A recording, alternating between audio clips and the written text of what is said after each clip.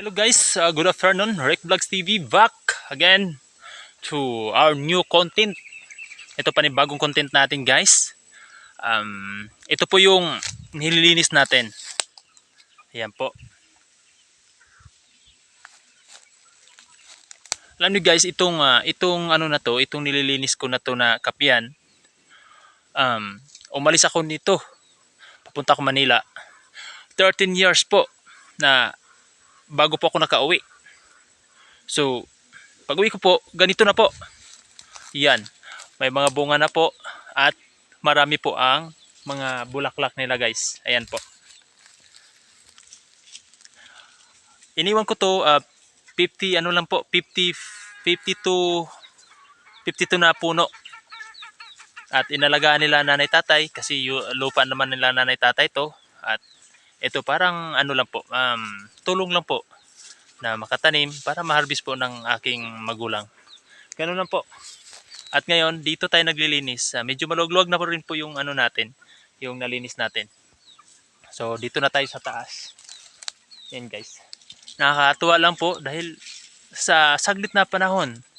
Pero nyo guys, 13 years, parang kailan lang po. As pagbalik mo, ganito na po yung tanim mo. Ayan. Puro kapi po yan at may puno, tanim ng tatay ko. Ayan po. Ayan. Mga bagong tanim lang po ito, itong mga kapi na to. Bukod po doon sa taas. Dahil po ang tatay ko talagang napakasipag. Napakasipag talaga niyan magtanim. Ayan po. Ayan po. Ay, ito po yung mga bagong yung tanim natin nung pag-alis natin. At inalagaan ng tatay at nanay ko. Kaya po lumago sila. At siyempre marami na pong mga bulaklak at namumunga na rin po. Pwede na rin po silang pwede na silang mag-harvest pag mahinog na po yung bunga. So, bliss po talaga ng ating mahal na Panginoon dahil po hindi po pinapabayaan ng magulang natin. Ang magulang ko, yung tanim na kape. Mabait po yung aking mga magulang at wala po akong masabi. At yung tatay ko po napakatalino. Kahit hindi naman po nakapag-graduate ng college, pero yung talino niya minsan mas naisip ko pa, mas matalino pa siya kaysa mga nag-graduate ngayon ng college. Ayan. Grabe. So, yun po guys. Ganun po, nakakatuwa lang po kaya po sinishare ko po at hindi ko naman po ito pinagmamayabang. Ano lang po, share lang po. Dahil po nice talaga, nakakaano talaga rin po, nakaka-inspired po yung magulang natin na hindi po nagpabaya at inaayos po nila, inaasikaso po nila at nililinis po nila, inaalagaan po nila yung tanim natin, di ba?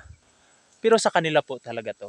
Tayo lang nakitanim kasi wala naman po akong lupa. Mula pag alis ko wala po akong naipundar.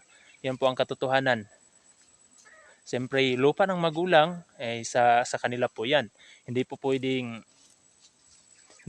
angkinin ng anak dahil pinaghirapan po nila yan noong mga araw na sila pa po yung binata at dahil sa sipag nila nakapundar po sila. Ayan. Grabe guys, napakaluwag yan guys. So, yun lang po guys. Ulitin ko, Rick Vlogs TV, huwag niyo po kalimutan subscribe, like, share, and comment para lagi po kayong updated sa mga videos na ating gagawin dito sa buhay natin sa bukid. Okay po, saludo po ako sa inyo lahat. Maraming salamat.